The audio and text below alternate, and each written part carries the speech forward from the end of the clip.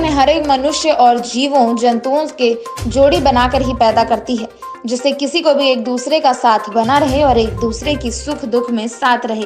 लेकिन मुस्लिमों में एक ऐसी कानून है जो कि एक दूसरे की तो जोड़ी बन जाती है, मगर कुछ दिन के बाद उस जोड़ी को तोड़कर अपना रास्ता साफ कर लिया जाता है। जी हाँ, ऐसा ही हुआ है एक युवती के साथ, जो कि शादी तो बहुत ही अरमानों के साथ कर ली गई, पर अब उसको जिंदगी के आधे रास्ते में छोड़ दिया गया है और उसको पूरे समाज के बीच 3 तलाक बोलकर ईश्वर की बनाई गई रिश्ते को तोड़ दिया गया।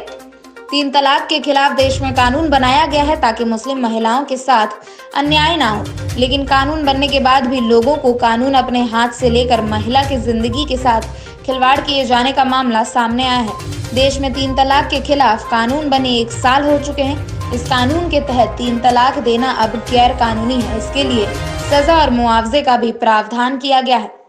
3 तलाक से जूझ रही एक महिला ने आरोप लगाया है कि मेरे पति और गांव के धर्म गुरु के साथ कुछ लोगों ने हमारे साथ छल करके 3 बार तलाक बोलकर जबरन तलाक करवा दिया, जबकि हम अपने दोनों बच्चों के साथ घर पर थे। मुझे जबरन घर से बुलाकर 3 तलाक दिलवाया गया। दरअसल मामला मधुबनी जिला के मधवापुर प्रखंड अंतर्गत साहरघाट थाना क्षेत्र के उत्तरा गांव का है, जहां एक महिला ने जब अपने पति को खर्च मांगा तो उसने उसे 3 तलाक दे दिया। हालांकि कानूनी तौर पर 3 तलाक खत्म होने की वजह से पुलिस ने पति के खिलाफ जांच शुरू कर दी है। आपको जानकारी के लिए बता दें कि इस्लाम धर्म में तलाक के कई तरीके हैं, जिनमें एहसान, हसन और तलाके बिद्दत यानी 3 तलाक शामिल है। मधुबनी से स्वदेशवाणी के लिए आलोक कुमार की रिपोर्ट। बोला गया, हम लोग तो गांव समाज के हिसाब से सबको बैठाए थे, बुलाया गया था। हम जबकि उस पार्टी में थे और वो इस पार्टी में थे, इसीलिए उसके भलाई के लिए हम लोग इमाम साहब को बुलाएं कि आपके पार्टी में आप लोग जो निर्णय लीजिएगा, जो फैसला कीजिएगा, हम लोग मानेंगे। आपका नाम? अब्दुल हन्नान। मेरे को परसों के दिन अचानक 3-4 जने से मेरे ससुराल वाले की तरफ से मुझे बुला लिया और 3-4 जने साथ में मुझे घेर लिया अपने घर पे बुलाकर। बोला कोई काम है चलो, और मैं वहाँ पर गई तो मुझे कह रहा कि तुम्हारा रफा दफा कर रहे हैं। बोली क्या का रफा दफा कर रहे हैं? तो बोला कि तुम्हारा तलाक करवा रहे हैं। और मैं बोली कि नहीं, मुझे तलाक नहीं हो चाहिए, मेरे बाल बच्चे हैं, मैं तलाक कैसे, मैं कहाँ जाऊँगी? तो कहीं जाइए, उससे हमको कोई मतलब नहीं है, तो हम तलाक, बोली मुझे तलाक नहीं चाहिए। फिर भी ज़बरदस्ती चारों तरफ से चारों पाँचों जने घेर लिया और मुझे तलाक दिलवा दिया। तलाक करके 3 तलाक मुझे एक ही मर्तबा दे दिया। तो इसके बाद आप कहीं गए हैं पुलिस प्रशासन के पास? जी, मैं थाना गई हूँ, वहाँ पर लिखा पढ़ी किया है, लेकिन अभी पुलिस अभी तक नहीं पहुंची नहीं है अभी पुलिस। तो आप क्या चाहते हैं? मैं चाहती हूँ कि मुझे अन्याय मिले। मेरे 2 बच्चे हैं, ना कुछ दिया है ना कुछ, और अचानक से मुझे तलाक दे दिया है। मैं 2 बच्चे को लेकर कहाँ जाऊँ? अभी माँ बाप के घर पे हूँ। लोग माँ बाप भी मेरा गरीब है और मैं कहाँ जा सकती हूँ? अभी ऐसे हाल में लॉकडाउन चल रहा है। तो तलाक देने का वजह कुछ है ऐसा जो तलाक क्यों दे दिया? वो वजह पता नहीं उन लोगों के मन में क्या है, ये तो मैं नहीं जानती हूँ। मेरे 2 बच्चे हैं, ऐसा नहीं करना चाहिए था। बच्चे को तो देखना चाहिए था, मेरा कोई गलती नहीं है और इस तरीके कर दिया है।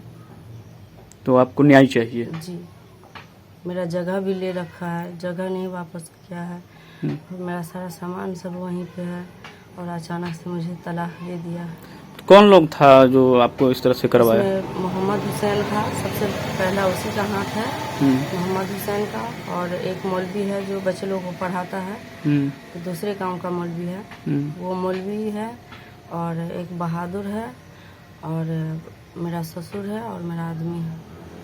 ये लोग बैठ करके जबरन आपको तलाक दिलवा दिए? जी, जबरन, जबरदस्ती जैसे पकड़ के खड़ा कर देता है और कोई आदमी बोलेगा तो सुनाई तो देगा ही ना।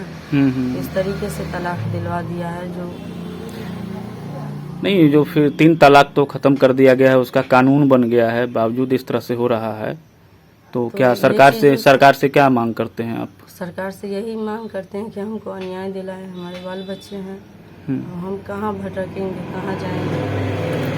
और कल भी कुछ कहा था शायद मौलवी आपको? हाँ, मौलवी, मेरे बच्चे जा रहे थे कुछ राशन था, उसी को लाने के लिए जा रहा था, गेहूँ बेचने के लिए जा रहा था तो कुछ पैसे आ जाएंगे, तो वही बेचने के लिए जा रहा था। तो मौलवी बोला है अरे अभी तक तो लोग गया नहीं है यहाँ से। फिर उधर से आ रहा था तब भी टोका है और बोला है कि तू लोग यहाँ से जाएगा कि नहीं जाएगा। हाँ, 2 मरतबा अच्छा, मेरे बच्चे- गांव छोड़ने की बात कर रहा है। हाँ जी, गाँव छोड़ देने की बात कर रहा है। कह रहा है यहाँ से तो लोग अभी गया नहीं है, ऐसा कह रहा है। बताइए हम लॉकडाउन में कहाँ चले जाएं, कौन सा कसूर के लिए चले जाएं। उन लोग तीनों चारों उनसे मिला हुआ है और इस तरीके का काम हमसे हमारे साथ किया है। आपकी वो लड़की बोला कि जबरन किसी के साथ कोई कर सकता है, जब उसका पति स्वयं आपको बयान दिया है कि वो खुद तलाक ली है मुझसे, तो कोई जबरन कर सकता। सो रहा था तो उसका पति ही कहता कि नहीं, ये मोहम्मद हुसैन को जबरदस्ती तलाक करवाया है क्या। लेकिन उसका पति का बयान तो आप ले लिए, तो हम लोगों का तो सामने कोई बात ही नहीं आ सकता है। अगर हम जैसे को फंसा रही है तो ये उसकी गलती है। नहीं, दरअसल मामला है क्या, ये हम जानना चाह ये रहे हैं। है कि जो ये लड़का बताया ना, ये दिल्ली था और लड़की यहाँ रहा करती थी। तो लड़की क्या किया, जो वीरेंद्र नाम का आदमी नहीं, राशन कार्ड जो चौक पे राशन वगैरह बेचता है, तो उसके साथ उसको अटैच हुआ। राशन लाने जाती थी या क्या करती थी, उसके साथ उसको अटैच हो गया था। अटैच होने के बाद वो वीरेंद्र जो है ना, इसको भगा के मधुबनी ले गया। मधुबनी गांव चकदा लाइन उस पार, उस गांव में इस लड़की को रखा गया। फिर यहाँ तलाशी हुई, ढूंढ हुआ, फिर उसी गांव का कोई महिला या जेंट्स यहाँ फोन किया, समझे। तो इन लोगों को पता चला था, ये अपने ससुर को भेजा, ये था दिल्ली। इनका ससुर जो है ना वहाँ से ले आया। लाने के बाद इस लड़की को फिर ले गया दिल्ली इस लड़का के पास। ये अपना सोचा चलो इंसान से ही गलती होता है, उसको इसने संभाल लिया, रख लिया। रख लेने के बाद हम थे उस टाइम में हैदराबाद से हम घर आए, तो ये लोग जो है ना उस लड़की के साथ जवाबदेही दिल्ली में कर लिया था कानून के दायरे से। तो इस्लाम में उसकी मायना नहीं रखा जाता। हमारा इस्लाम में है कि इस्लामी दायरे से जब तक तलाक न हो तो नहीं मानी जाएगी। कानून है, इस्लाम है। तो ये बोलते थे कि हम तलाक दे दिए हुए, चाहे वो भी बोलती थी कि हम उससे तलाक ले लिए, हम फ्री है, उससे कोई लेना देना नहीं है। और यहाँ बेवकूफ़ समाज को बनाया जा रहा था। वो छुप छुपा के अपना उल्टे सीधे धंधे कर रही थी वीरेंद्र के साथ। होली के रात में स्वयं मैं उसको रंगे हाथ पकड़ा हूँ। इस मोहल्ले का आदमी बोलता था तो मैं नहीं इस बात को समझ रहा था कि सारी गलती इस लड़का में है, इसके पापा का है, जो भी इसके घर का सदस्य का है। मगर मैं इस चीज़ को देखते ढूंढते एक दिन रंगे हाथ जो है ना इस दोनों को एक ही रूम में पकड़ लिया हूँ। वीरेंद्र नाम का वो लड़का जो है, तब जो है ना उसको तब भी समझाए बुझाए। उनके पापा को हमने कहा तो बात जो है ना कहा ठीक है मोहसिन, इज्जत को थोड़ा बचा दीजिए। तो हम किसी से नहीं कहा, इस बात को हम दबा के ही रखा। अब ये लड़का अभी 5-7 दिन पहले स्वयं ही अपने रंगे हाथ पकड़ा है उस लड़की को। पकड़ने के बाद ये मारपीट भी किया, जो भी किया। फिर हम लोगों के साथ बात सामने आ गई कि भाई देखिए इस तरह का बात है, हमने रंगे हाथ इसको पकड़ा है। 3 घंटे गायब थी, गांव में से आई, उसे मारा पीटा, उसका मोबाइल भी अपना हैंड ओवर कर लिया। और हम लोगों के सामने बात आई तो हम कहा कि समाज को गंदा किया जा रहा है, हिंदू मुसलमान का मैटर खड़ी करवा देगी वो लड़की। मान लीजिए कोई गैर को मुसलमान की लड़की अगर हिंदू लड़का के साथ अटैच हो रही है तो इसमें क्या होगा, हिंदू मुसलमान का लफड़ा होगा कि नहीं होगा, मार पिटाई हो जाएगा।